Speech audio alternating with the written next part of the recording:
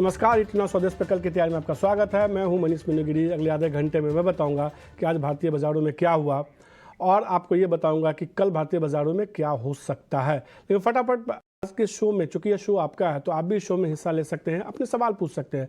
तरीका बेहद आसान है। आपको अपना नाम, अपने शहर का नाम, ये तमाम जानकारी, कौन सा शेयर आपने लिया है, किस भाव पे लिया है, क्या नज़रिया, ये तमाम जानकारी आपको व्हाट्सअप करना होगा। आप ये सारी जानकारी आप व्हाट्सअप कर सकते हैं। इसके अलावा एक और तरीका है, वो भी तरीका बहुत आसान है। सोशल मीडिया पेज पे जाइए, 18 सौ दोस्त, ये व्हाट्सअप नंबर है, इस नंबर पे आप अपने सवाल भेज सकते हैं। इसका दूसरा तरीका है व्हाट्सअप करते हैं। व्हाट्सअप के अलावा आप सोशल मीडिया पेज पे जाइए, 18 सौ दोस्त को फॉलो कीजिए, इंस्टाग्राम पे जाइए, फेसबुक पे जाइए, ट्विटर पे जाइए। सोशल मीडिया का चूंकि ज़माना है तो मौके काफ़ी सारे हैं। केकेटी लिखना है या निकल की तैयारी, स्पेस देना, अपना सवाल देना है। चलिए, इससे भी आसान तरीका है कि आपको मैं बताता हूँ इस शो में सवाल पूछने का। यूट्यूब पे जाइए, कल की तैयारी शो को देखें। कल आप लोगों ने, काफ़ी लोगों ने शो को देखा और भी देखिए शो को। इस शो को देखें और इसमें कमेंट बॉक्स में आप अपने सवाल भेज सकते हैं। वहाँ आपको अपना नाम लिखना है कि कौन सा शेयर है, शहर का नाम लिख दे तो और भी बेहतर। इसके अलावा किस भाव पे आपने लिया, आपका नज़रिया क्या है, ताकि हमारे जानकारों को आपको मदद करने में सहूलियत हो कि शॉर्ट टर्म में क्या करना चाहिए, लॉन्ग टर्म में क्या करना चाहिए। तो ये तमाम चीज़ें जो हैं, आप ये जानकारी जो है कल की तैयारी शो को देखते हुए कमेंट बॉक्स में आप भेज सकते हैं। तो फटाफट बाजार देखते हैं। बाजार का मूड देखिए, आज बेहद शानदार देखने को मिला। एक अच्छी रैली देखने को मिली, दिन के ऊपरी स्तर के आसपास बंद हुआ।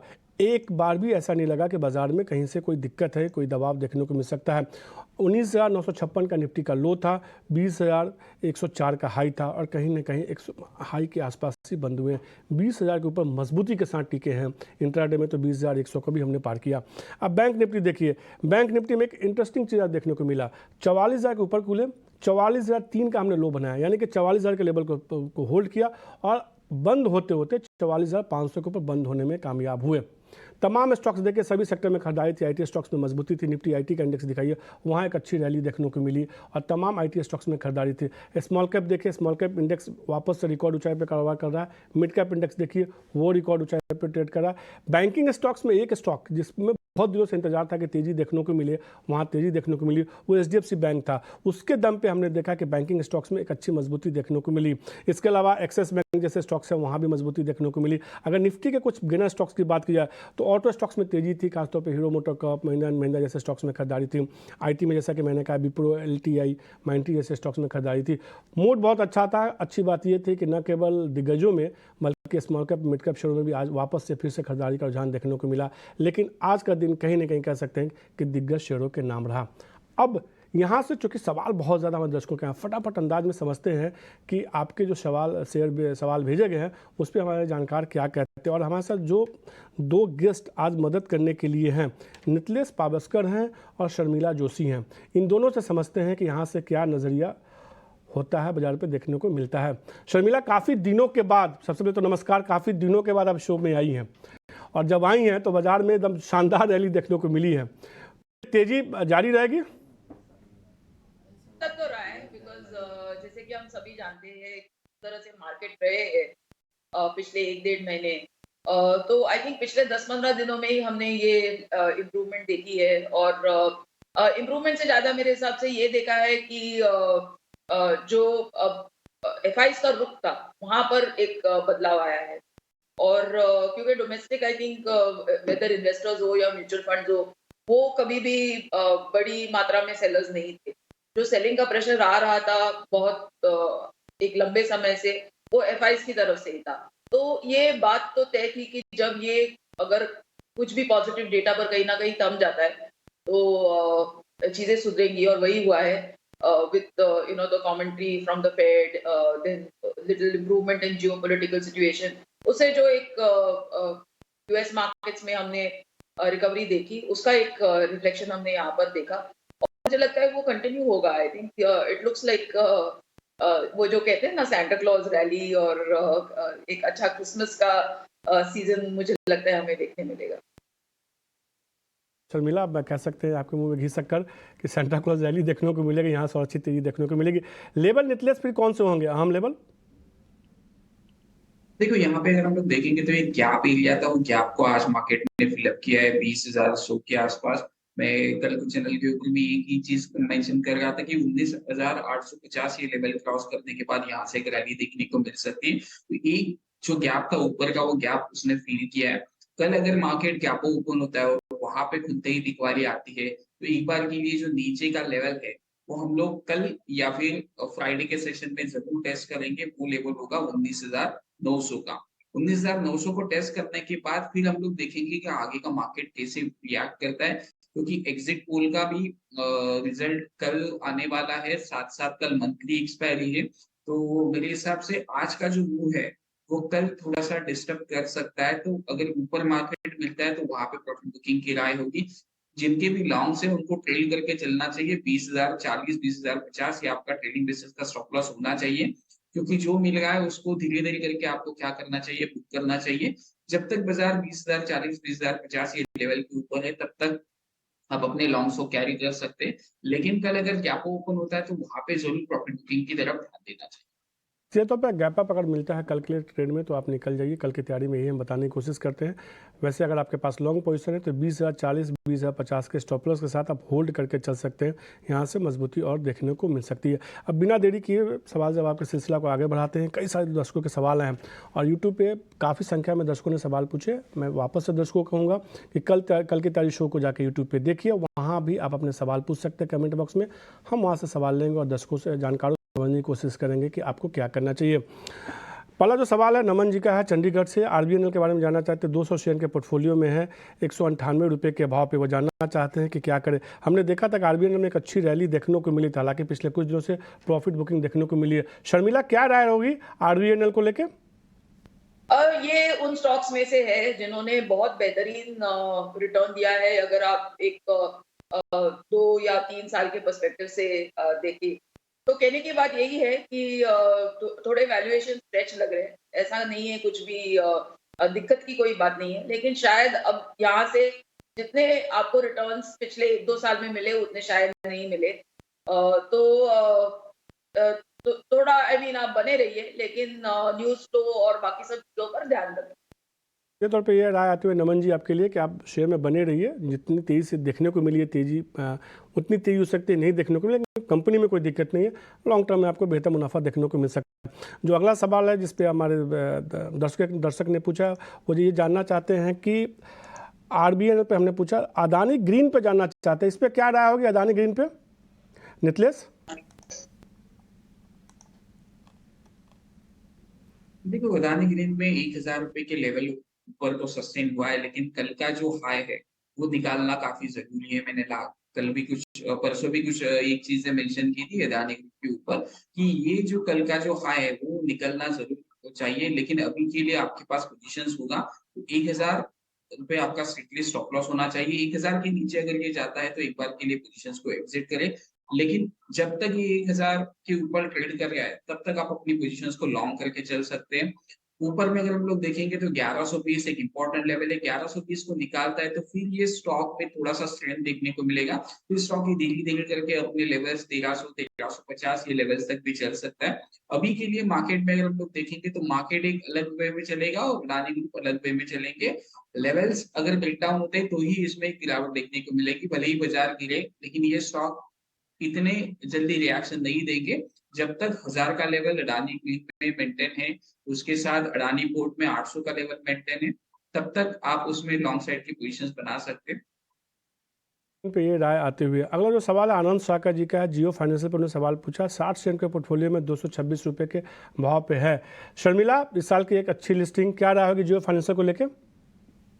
पॉजिटिव ही राय रहेगी। मेरे हिसाब से इसमें बने रहना चाहिए और थोड़ा लंबा वेट हो सकता है, क्योंकि ये ध्यान में रखना चाहिए कि दिस इज अ डीमर्ज्ड एंटिटी और अब उनके हमारे सामने प्लान्स आएंगे। अब उनके जिस तरह के नतीजे वो पेश करेंगे वो सामने आएंगे, तो स्टॉक को अपने पोटेंशियल पे आने के लिए थोड़ा समय आपको देना पड़ेगा।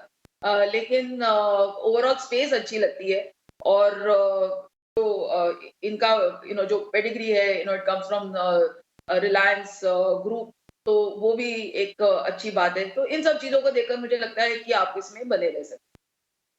आप होल्ड करके चल सकते हैं। जो अगला सवाल है सुकेंदु का है गेल पे। उन्होंने सवाल पूछा है 25 शेयर के पोर्टफोलियो में 131 रुपये के भाव पे वो जानना चाहते हैं कि गेल में क्या करना चाहिए। गेल पे क्या राय होगी नितलेश आपकी?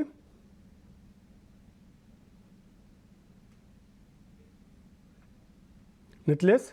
देखो, गेल में तो देखेंगे तो वीकली चार्ट काफी अट्रैक्टिव लग रहा है। यहाँ पे मैं एक राय दूंगा, यहाँ पे आप एक स्टॉप लॉस लगा ले जरूर 118 रुपए के आसपास। लेकिन अगर 127 128 ये लेवल के ऊपर अगर ये स्टॉक सस्टेन कर देता है तो इसमें एक मल्टी ईयर ब्रेकआउट देखने को मिलेगा। तकरीबन 5 साल का ये ब्रेकआउट होगा। 2018 के हाईस के ऊपर धीरे धीरे करके वो ट्रेड करना चालू करेगा। तो 118 रुपए आपका स्टॉप लॉस होना चाहिए। एक बार स्टॉप लॉस हिट होता है, अगर फिर से अगर 127 को निकाल देता है, फिर से इसमें री एंट्री करना चाहिए। स्टॉक काफी अच्छा लग रहा है, लेकिन स्टॉप लॉस का जरूर ध्यान रखें। प्लस का जरूर ध्यान रखें शेयर में। अगला जो सवाल है रुपेश का, एसबीआई के बारे में जानना चाहते हैं। 1500 शेयर है 579 रुपये के भाव पे। हमने देखा शर्मिला कुछ सरकारी बैंक या कह सकते हैं कि प्राइवेट बैंक में भी कुछ जिन्होंने परफॉर्म नहीं किया, उसमें एक एसबीआई भी है। अब वापस से थोड़ी खरीदारी लौटती दिखी है बैंकिंग शेयरों में। क्या राय होगी एसबीआई को लेके आपकी? तो बहुत पॉजिटिव राय है मेरे हिसाब से। उनको बिल्कुल बने रहना चाहिए और थोड़ा लॉन्ग टर्म का सोचना चाहिए। मेरे हिसाब से एसबीआई के पॉजिटिव्स काफी है। एक तो देश की सबसे बड़ी पब्लिक सेक्टर बैंक है और तरह के नतीजे उनके आ रहे हैं वो भी काफी अच्छे हैं। थोड़ा क्वार्टर में एक आध डिसअपॉइंट करे, लेकिन ओवरऑल अगर आप देखेंगे जिस तरह से एनपीएस वगैरह मैनेज हुए हैं रिसेंटली, आई थिंक जो जिस तरह से 2-3 बातें हुई आरबीआई की तरफ से, उस वजह से ये पूरा स्पेस थोड़ा उसमें एक करेक्शन आया, सेल ऑफ आया जो कुछ। लेकिन मेरे हिसाब से वो एक इट इज समथिंग जो वो सभी जो इस सेक्टर में है they will deal with it. और आगे चलकर मुझे लगता है कि you will see sort of buying and growth coming back to the stocks. और अगर मुझे कभी भी कोई पूछे कि पब्लिक सेक्टर बैंक्स में कौन से 2-3 नाम है जिनमें जो आपके लॉन्ग टर्म पोर्टफोलियो में होने चाहिए, तो उसमें एसबीआई का नाम जरूर आएगा। तो I think it's a definite hold from my side. निश्चित रूप से होल्ड कीजिए। वैसे भी सरकारी बैंकों में एक ऐसा ये बैंक है जिसमें हर किसी ने खरीदारी करने की और होल्ड करने की सलाह दी। एक अच्छी मजबूती देखने को मिल सकती है। रुपेश जी आपके लिए हरिप्रसाद जी का सवाल है, पिरामल इंटरप्राइजेस पर जानना चाहते हैं। 100 शेयर के पोर्टफोलियो में है 920 रुपये के भाव पे। इस शेयर में हमने देखा पिछले कुछ दिनों में एक अच्छी रैली देखने को मिली थी पिरामल इंटरप्राइजेस पे। क्या राय होगी निखिलेश इस शेयर को लेकर? देखो, ये एक इम्पोर्टेंट सपोर्ट एरिया के आसपास खड़ा है। 880 एक इम्पोर्टेंट लेवल है। वीकली चार्ट को मैं क्लोजली ट्रैक कर रहा हूँ। तो 880 जब तक इंटैक्ट है तब तक आप अपनी लॉन्ग साइड की पोजीशंस होल्ड कर सकते हैं। 880 के नीचे जाएगा तो ये स्टॉक में वीकनेस देखने को मिलेगी। फिर ये स्टॉक 780 820 ये लेवल्स भी दिखा सकता है। तो 820 आपका स्टॉप लॉस होना चाहिए। ऊपर में अगर हम लोग बात करेंगे तो 940 950 एक हर्डल है। इस लेवल को क्रॉस करता है तो फिर ये स्टॉक में एक अप मूवमेंट स्टार्ट हो सकता है। 20 रुपये के बाद एक तेजी आ सकती है। हालांकि इसमें 820 रुपये का आपको स्टॉप लॉस लगाना होगा। हरिप्रसाद जी, जो अगला सवाल है जिसपे हमारे दर्शक ने सवाल पूछा है, राजेश पटेल का सवाल है। एनएचपीसी के बारे में जानना चाहते हैं। 5000 शेयर इनके पास 51 रुपये 50 पैसे के भाव पे एनएचपीसी में है। शर्मिला, हमने देखा है बहुत अच्छी रैली देखने को मिली इस साल। खासतौर पे अगर इस साल की बात करें तो करीब 40-42% रिटर्न देखने को मिला है। ऐसा रिटर्न देखने को नहीं मिलता है। क्या राय होगी? इनको अच्छा मुनाफा हो रहा है करीब 16,000 के आसपास का। एक बार के लिए प्रॉफिट बुक कर ले, आपको लगता है कि नहीं अभी भी फंडामेंटल सपोर्ट करते हैं और तेजी के लिए? I didn't get the stock name. जी, कौन से स्टॉक? एनएचपीसी। ओके। तो मेरे हिसाब से कि जैसे कि आपने कहा, मुझे लगता है कि इनको बिल्कुल बने रहना चाहिए। 2-3 बड़ी वजह है। एक तो आई थिंक सबसे बड़ी वजह ये है कि पावर सेक्टर फिर से अगर आप कोई भी नाम उठा के देखेंगे तो फिर से सॉर्ट ऑफ बायर्स के लिस्ट में आ गया है। और हम देख रहे हैं कि अलग अलग वजहों से, whether it is somebody talking about green energy, somebody talking about something else, हम देख रहे हैं कि कंजम्पशन ऊपर है, रेट्स बेहतर मिल रहे हैं एक्सेट्रा। तो मेरे हिसाब से उनको बिल्कुल बने रहना चाहिए। थोड़ा वैल्यूएशन के हिसाब से थोड़ा हाई लग रहा है वैल्यूएशन, लेकिन क्योंकि उन्होंने बहुत अच्छे रेट में लिया है उनको बिल्कुल बने रहना चाहिए।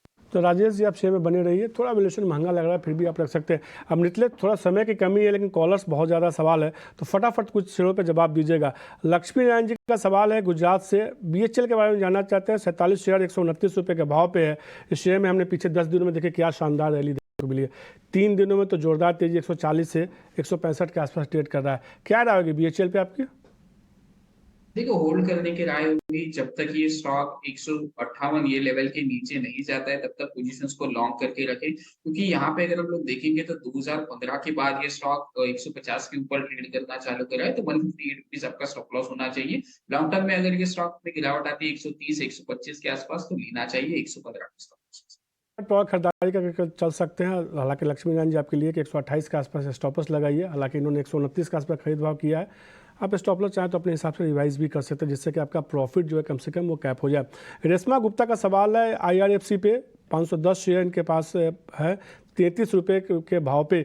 इस शेयर में भी हमने देखा शिल्पा शर्मिला कि साल एक शानदार रैली देखने को मिली।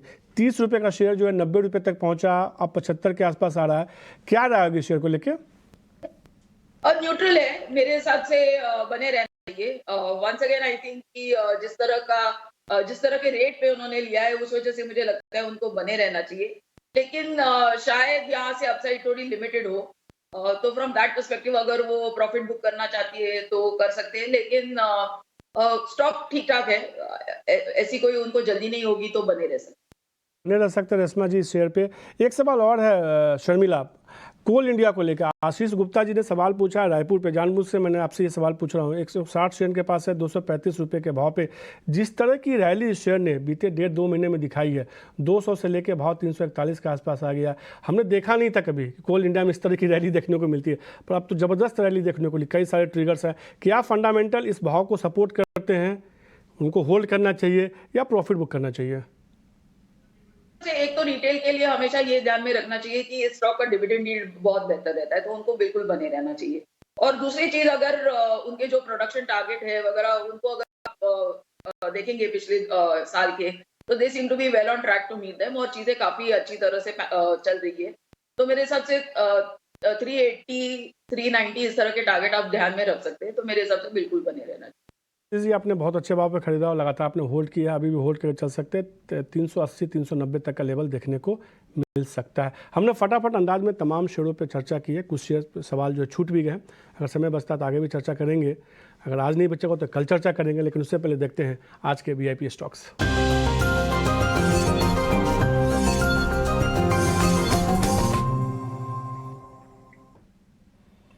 शर्मिला, निवेश के लिहाज से कौन सा शेयर आप बता रही है VIP स्टॉक्स में?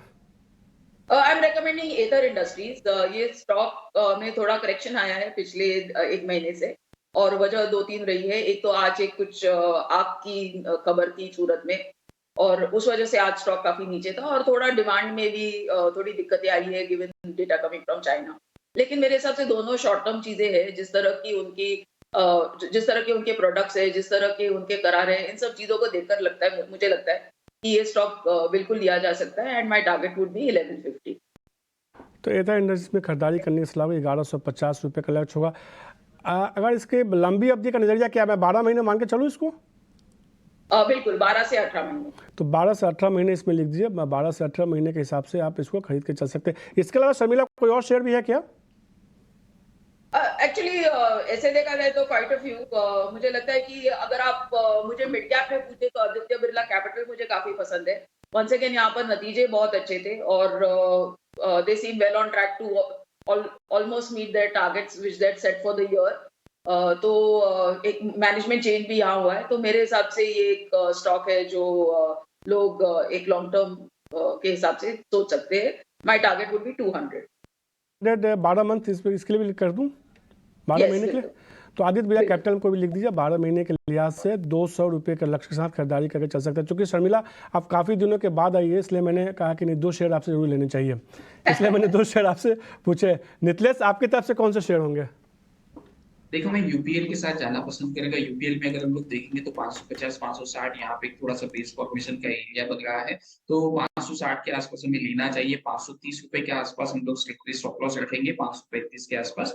और पहला जो टारगेट हमारा होगा वो 630 का होगा। 630 को अगर ये क्रॉस करता है तो हम लोग यहाँ से एक बढ़िया तेजी देखने को मिलेगी। फिर ये स्टॉक 690 700 ये लेवल्स भी दिखा सकता है। कैश में लेना है, फ्यूचर्स में नहीं लेना है। दूसरा एक अपडेट था, BHEL में जो स्टॉप लॉस है वो 158 का है, 128 का नहीं। में खरीदारी करने की सलाह होगी। 630 रुपये का लक्ष्य होगा, 535 रुपये का आपको इसमें जो है लेकिन स्टॉपर्स लगाना है। ट्रेडिंग के तौर पर इन्होंने बताया थोड़ा नज़रिया आपको जो है कुछ हफ्तों का रखना होगा। यूपीएल में खरीदारी करने की सलाह होगी। शर्मिला आपका शुक्रिया, नितलेश आपका भी शुक्रिया 18 और स्वदेश को समय देने के लिए और तमाम शेयरों पर चर्चा करने के लिए। कल की तैयारी में आज के लिए इतना ही, मुझे दीजिए इजाज़त, नमस्कार। लेकिन चलते हैं अब कविता के पास।